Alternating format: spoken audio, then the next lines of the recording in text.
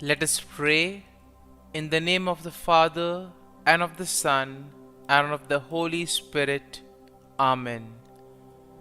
O Jesus, through the Immaculate Heart of Mary, I offer you my prayers, works, joys, and sufferings on this day for all the intentions of your Sacred Heart, in union with the holy sacrifice of the Mass throughout the world, in reparation for my sins, for the intentions of all my relatives and friends, and in particular for the intentions of the Holy Father. Amen.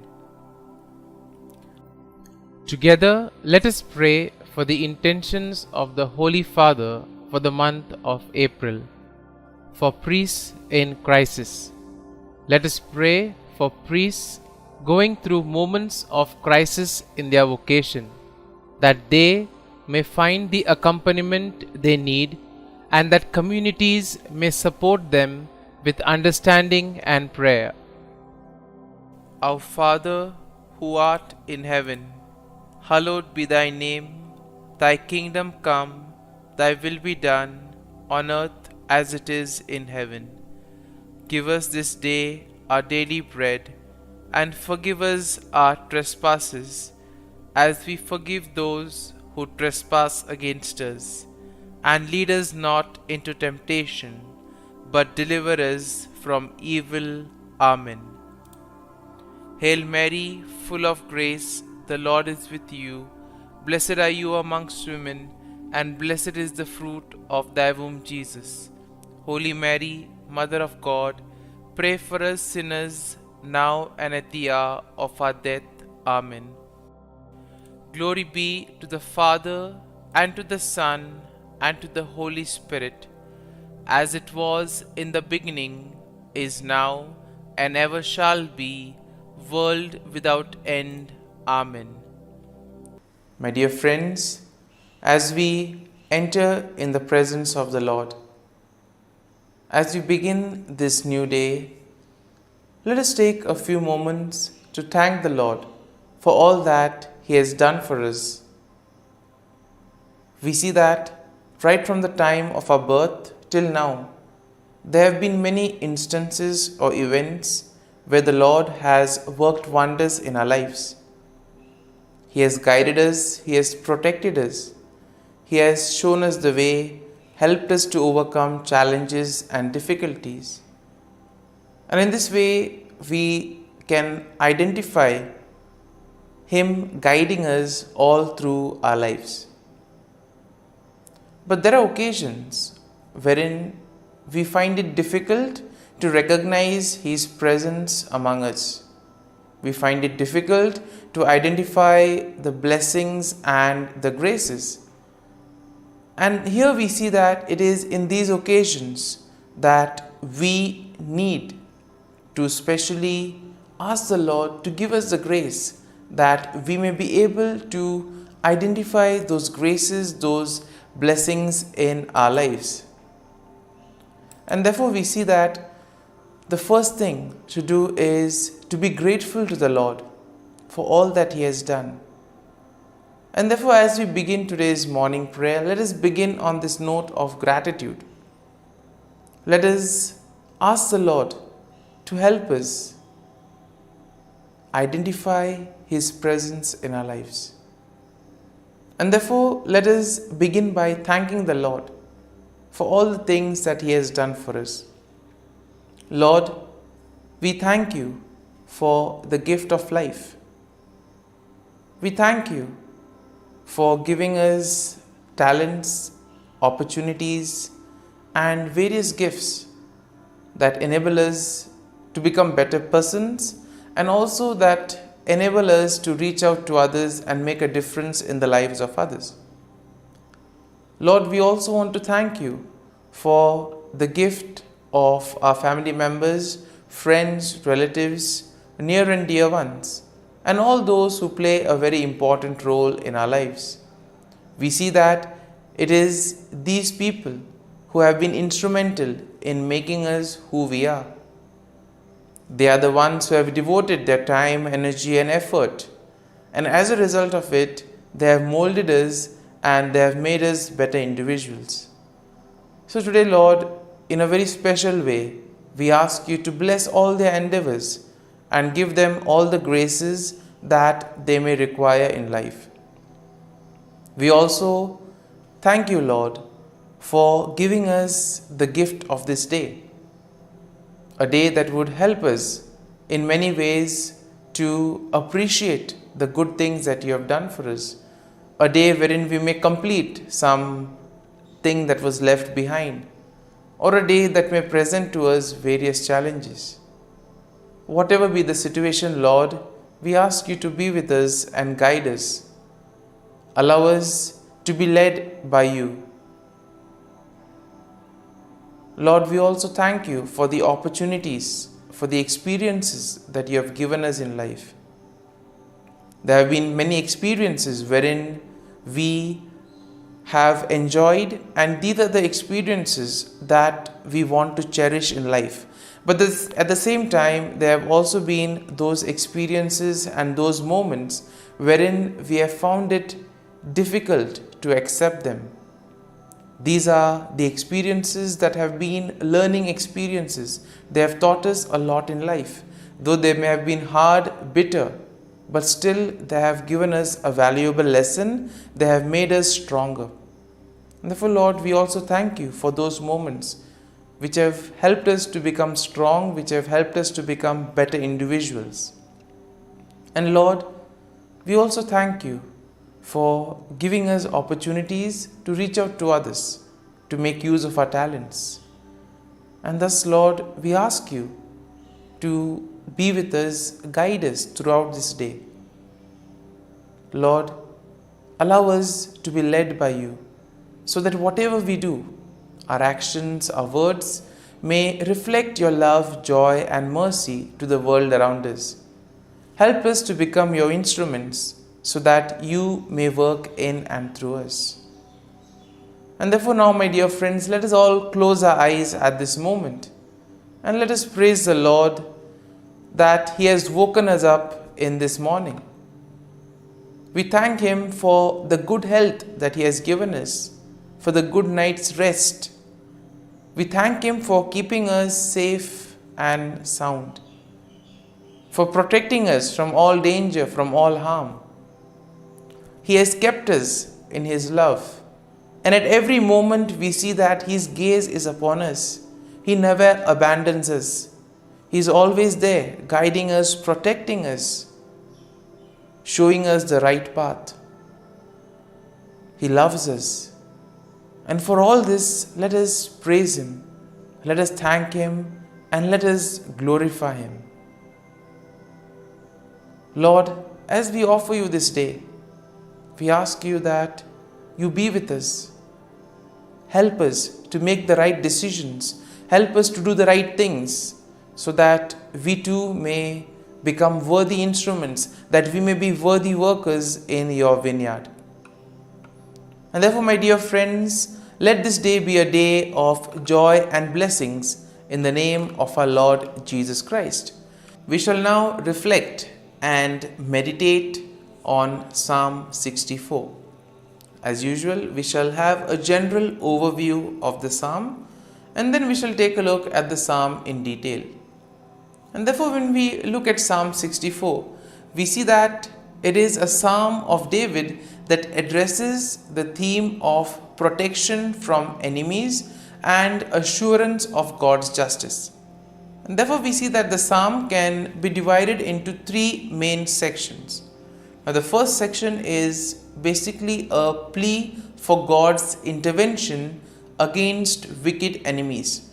And this is something that we'll find in verses 1 to 6. The second section of the psalm, verses 7 to 9, will speak of declaration of God's judgment and the righteous rejoicing in His works. Therefore, the final section, verse 10, is a final affirmation of trust in God's care. And therefore, let's take a look at each of these verses in detail. Now, verses 1 to 6 go like this. Hear my voice, O God, in my meditation. Preserve my life from fear of the enemy.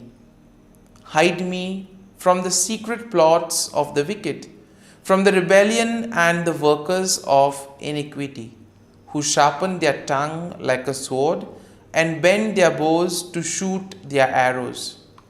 Bitter words, that they may shoot in secret as the blameless. Suddenly they shoot at him and do not fear. They encourage themselves in an evil manner. They talk of laying snares secretly. And here we see that David begins by addressing God, expressing his plea for protection and deliverance from his enemies. Here we see that David seeks refuge from the wicked individuals who in a way try to engage in secret plots, do things secretly, use their words as weapon to destroy others, to make havoc of their life. And we see that this is especially done against the innocent, against the blameless. And in today's world also we have so many instances wherein the innocent are being targeted, wherein the cruel, wicked people use various ways in order to take advantage of the innocent and the blameless.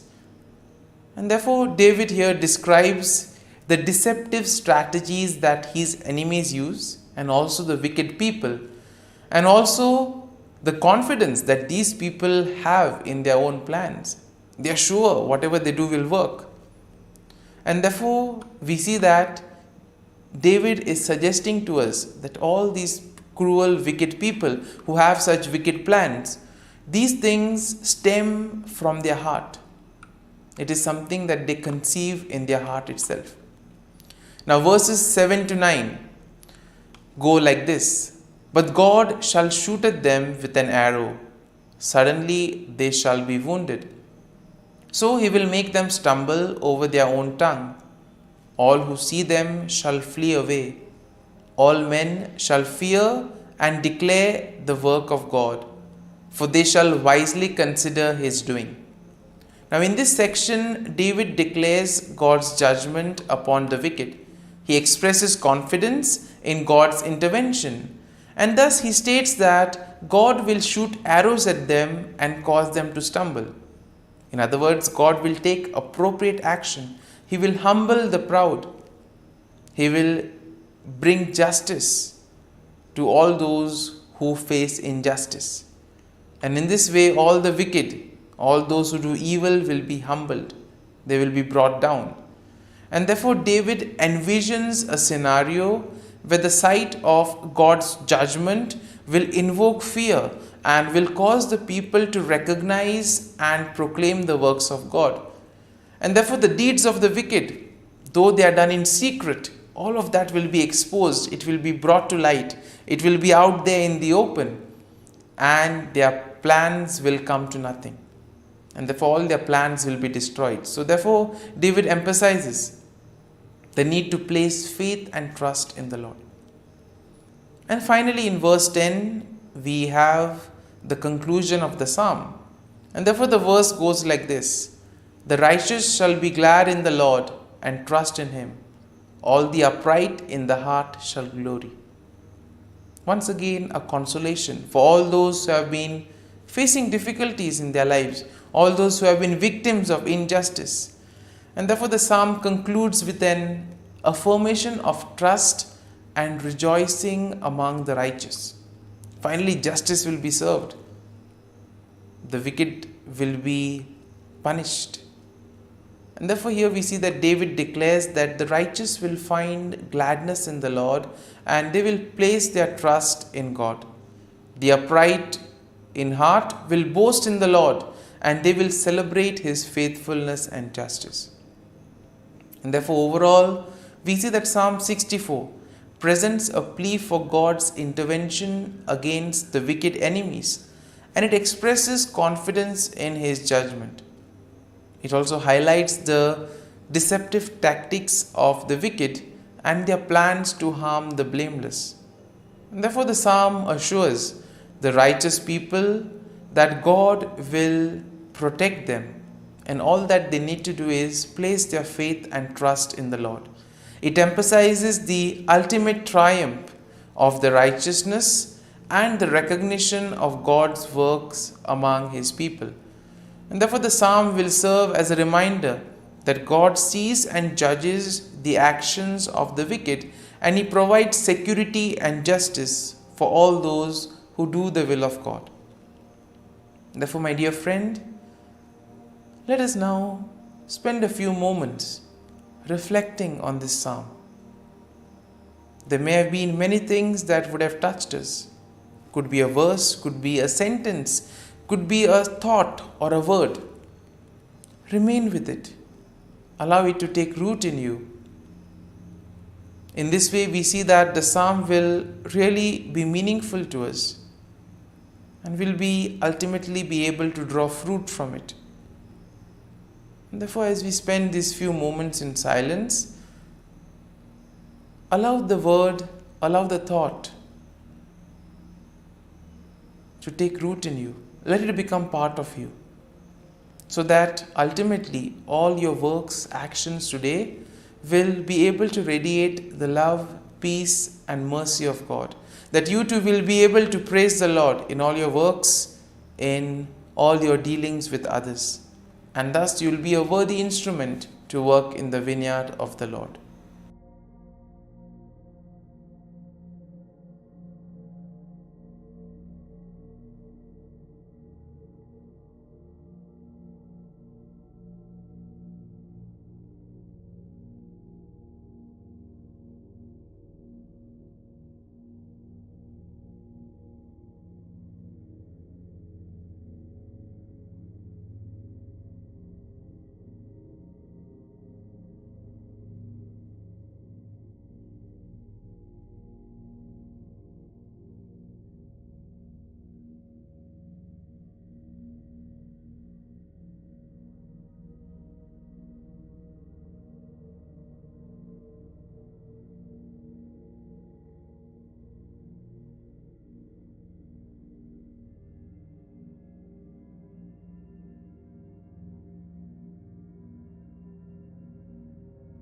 Pray to Saint Michael the Archangel for protection.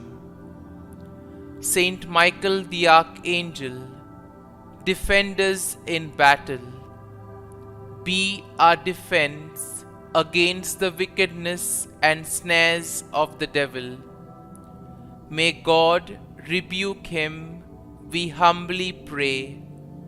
And do thou, O Prince of the heavenly hosts, by the power of God, thrust into hell Satan and all the evil spirits who prowl about the world, seeking the ruin of souls.